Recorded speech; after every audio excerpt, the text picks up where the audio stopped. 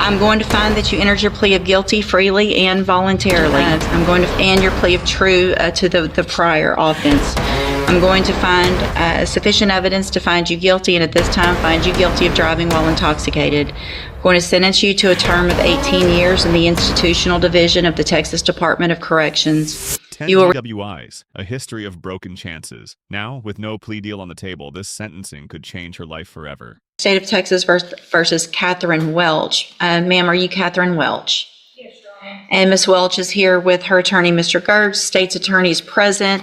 Ms. Welch was previously in court, entered a plea of guilty to driving while intoxicated third or more, as well as a prior offense, which made it a second-degree felony offense. There was no agreement with regard to punishment. I have received the pre-sentence report. And has everyone had an opportunity to review that report?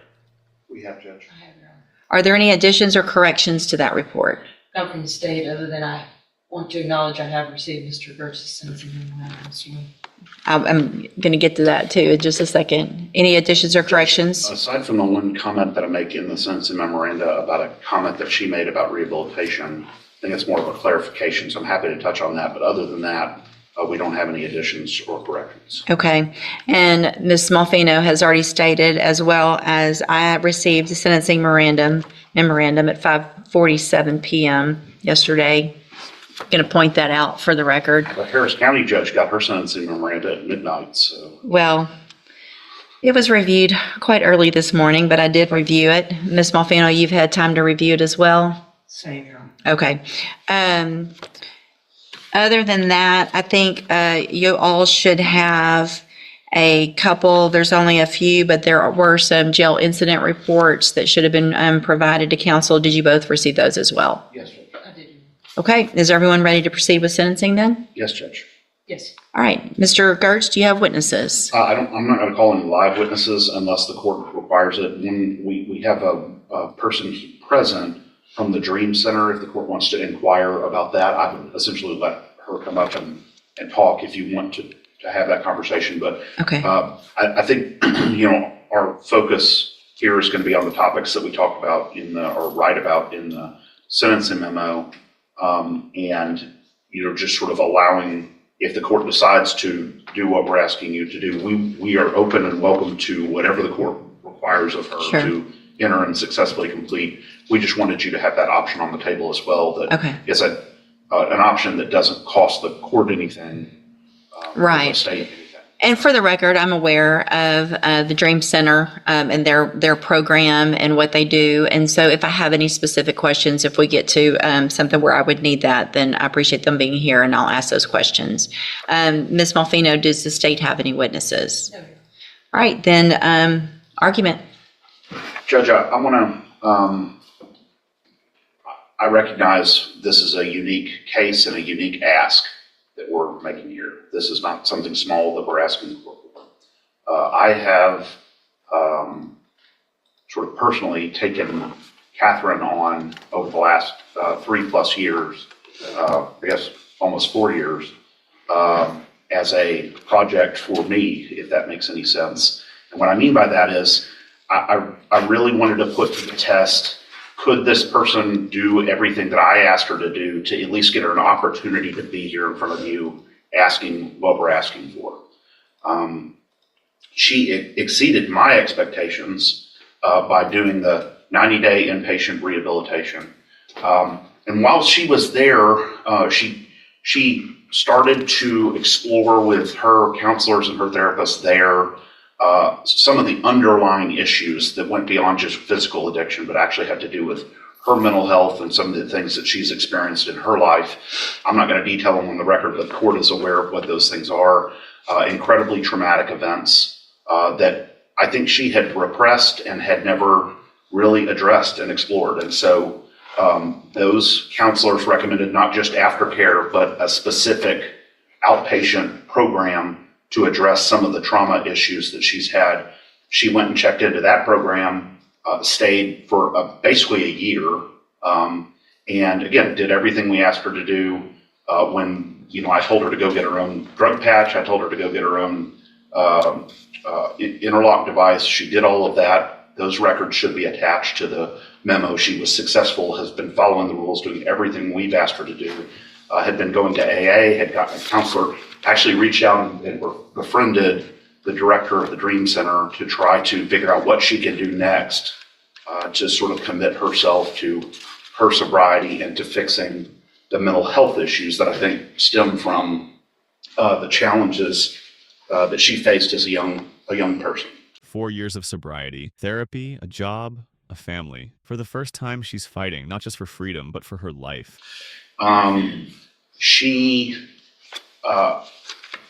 Sometimes it's easy to look at one side of the ledger, the rap sheet or the criminal history, and think that defines this person. What I have been fortunate enough to do is to really dig down and get to understand her as a human, and see that all the progress she's made, all the effort she's made, and see what she's done well and all of the problems that she's been addressing well. She's obviously very anxious about this day, but we've been looking forward to this day as well to be able to present that. And I want to go down on the bottom of page 2, address what I was talking about in the CSI. So that I'm not saying that this wasn't the words that came out of her mouth, but when she was asked by one of the examiners in the probation report if she felt she needed treatment, she said she didn't feel like she needed treatment. She wasn't opposed either. I want to clarify what we mean by that. And I say this here, but what she would say, I think, is she did 90 days of detox rehab related treatment, has continued aftercare, has continued mental health care. But in terms of going to a program that is specifically targeted at people who are currently using or currently intoxicated, I think she thought that wasn't the direction that would be ideal. She will do whatever you want her to do, but I wanted to explain what that comment means. And so, because a lot of times, as you know, Judge, private rehabilitation programs will just reject you if you've been clean for 3+ years, as she has. And so they just won't even accept you at all. So I think that was just a misunderstanding or a miscommunication between the probation officer and Catherine. But nonetheless, she's willing to do whatever the court chooses here. Additionally, we've been in contact with her current parole officer. They are willing to keep her on parole instead of revoking her, depending on what the court does here. And so that was encouraging as well. I think we had the same kinds of conversations with them about her recovery and about her efforts. And so I think that was an encouraging sign from them. And then finally, Judge, you see, we didn't want to focus too much on support from the community because, again, this isn't just a run-of-the-mill case. This is a different focus. But she is married. She has a family. She recognizes the impact that all of this has had on her family and her relationships, the strain it has put on her husband, both financially and also emotionally. And she accepts responsibility for that and is asking the court to consider this extremely rare position that we're asking the court to take here. Obviously, if the court would like her to address the court, she is happy to do that, or I'm not sure how you want to proceed on that. Okay, thank you. Ms. Malfino? Judge, I don't envy the position that the court is in this morning. I do take very seriously the comments of Mr. Gertz. I take him at his word for that, and I hope that all of those things are true. It's difficult for me as a representative of Jefferson County and the state and the citizens that were on the roads every day to stand up and say I agree with probation, but I don't disagree with the things that Mr. Gertz has said and the information that is in his sentencing memo. To play the other side of the coin, does it suggest that she received the benefit of the doubt already by me waiving the habitual status that she could have been facing based on her number of priors? Does it seem in good conscience that I can say I ignore all of those priors? Absolutely not. But obviously, we have seen that her multiple trips to the penitentiary have resulted in no change of behavior until hopefully now in these last 3 years. And I do sympathize with Ms. Welch as an individual. Again, it's hard for me as a district attorney, assistant district attorney, to say that I concur with the punishment being probation, but I don't, again, disagree with the comments that Mr. Gertz has. We've had multiple conversations about this case. I know he's worked very diligently at it. I don't really know, Judge, and that's why it's before you, that putting her in prison for 20 years and her getting out in 2 versus an extensive probation period where she can continue the recovery she's been doing is a better option. But again, I don't know what is in the best interest of public safety. Unfortunately, none of us do. So I would defer to the court's wisdom and whatever you think is appropriate based on the volume of information. Even the state is conflicted. When the prosecutor can't demand prison, you know this case is tearing the system apart.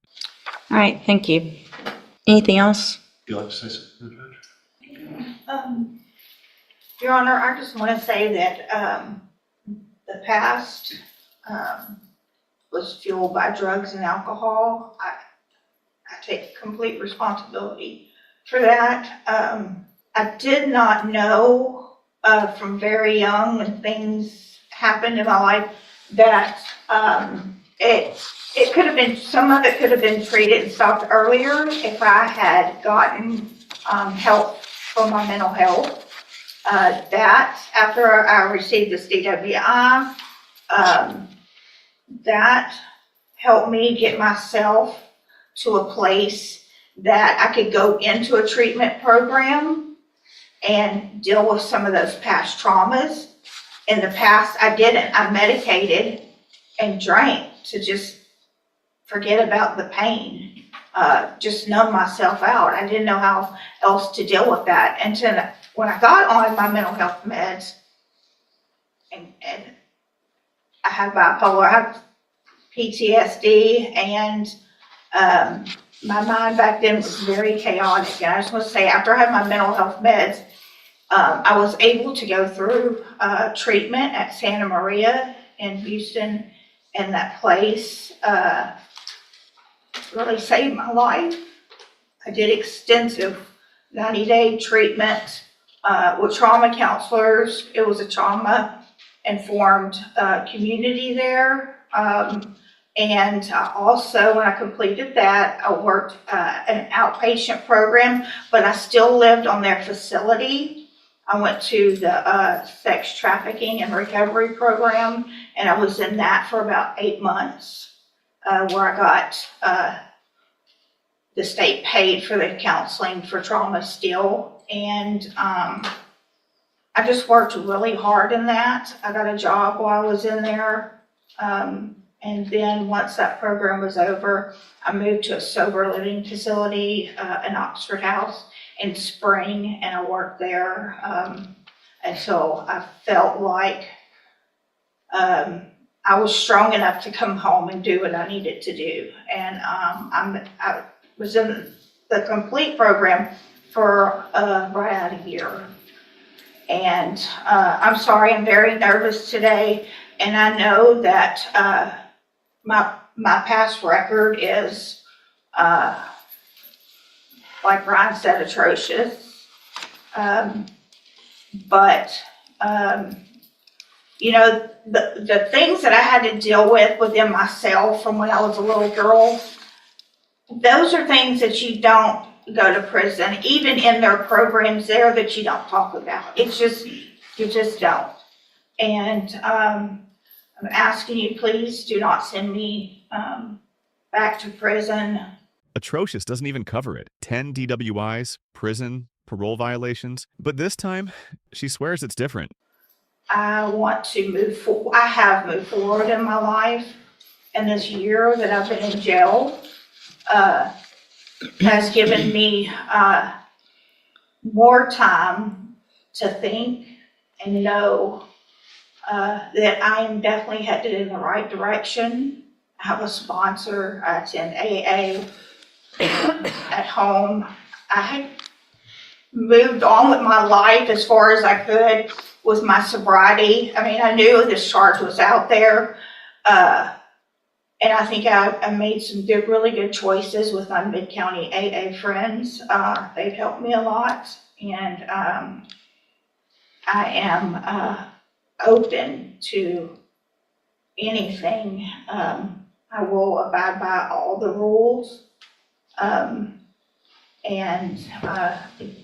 do anything that's asked of me. And I think, I know now that I'm responsible and capable of taking care of my business and my life. Thank you. So, Ms. Welch, Ms. Malfino probably said it yet best, and I get this often, and they don't envy my position, and this is the worst part of my job. But I worked hard to get here, and it's my job. Part of my job, it's several things, and it's to look at, obviously defendants and giving chances and things like that, but it also is about making our community safe. And I have to look back. This is your 10th DWI. It's not your 5th. It's not your 8th. It's the 10th. And while I understand the trauma that you went through, that you've been to Safe P 3 times. You've been given opportunities on probation where they were revoked. You've had opportunities while you were on parole to do what you have done now. And while I appreciate what you've done, and I think that's great, and my goal isn't to, to stop any improvement, but I can't, in my opinion, in good faith, go home tonight, look myself in the mirror and say I gave somebody on their 10th DWI, that your last sentence was for 15 years in prison. The one before that was for 10. The one before that, you've gone to another 10 year back in 09. I mean, this goes back to the 90s. You got a 10-year sentence in 2011. While you're on parole for that one, you get another one. So they give you 15 years and you get out and you're on parole and you do it again. The fact is, we're just lucky that you haven't killed someone in our community 9 times over, being given opportunities. I just can't do it. The hammer drops. 18 years. No more chances. A judge's nightmare. Punish the crime or save the person.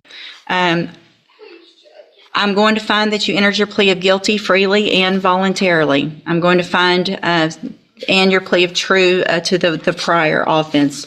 I'm going to find sufficient evidence to find you guilty, and at this time find you guilty of driving while intoxicated. I'm going to sentence you to a term of 18 years in the institutional division of the Texas Department of Corrections. You will receive credit on that sentence for any time that you've been in custody that the law gives you the right to receive. You're going to be handed a trial court certification that shows this was not, well, I guess there was an agreement because the waiver of the enhancement, which could have been a 25 to life, as Mr. Gertz said. So I'm going to hand you the certification that shows this was an agreement. You've waived your right to appeal. I'm also handing you a written admonishment regarding your ineligibility to possess a firearm or ammunition. Possession, because of the judgment entered against you, you're ineligible under Texas law to possess a firearm or ammunition. Possession of a firearm or ammunition could lead to charges against you. You should read the written admonishment I provide you. If you have any questions about that, you can talk to Mr. Gertz. And Ms. Welch, I take no pleasure in this. This is extremely difficult for me. I understand to some extent addiction, and I understand that you are on a better path. However, there have been plenty of opportunities in the past where you were on a better path and you got back out and you got back on our roads again. And so good luck to you, ma'am. Thank you, Mr. Gertz and Ms. Malfino. Court will be adjourned. Is this punishment or a missed chance for redemption? Let us know in the comments. Don't forget to like, subscribe, and hit the bell for more real courtroom drama on Law Story.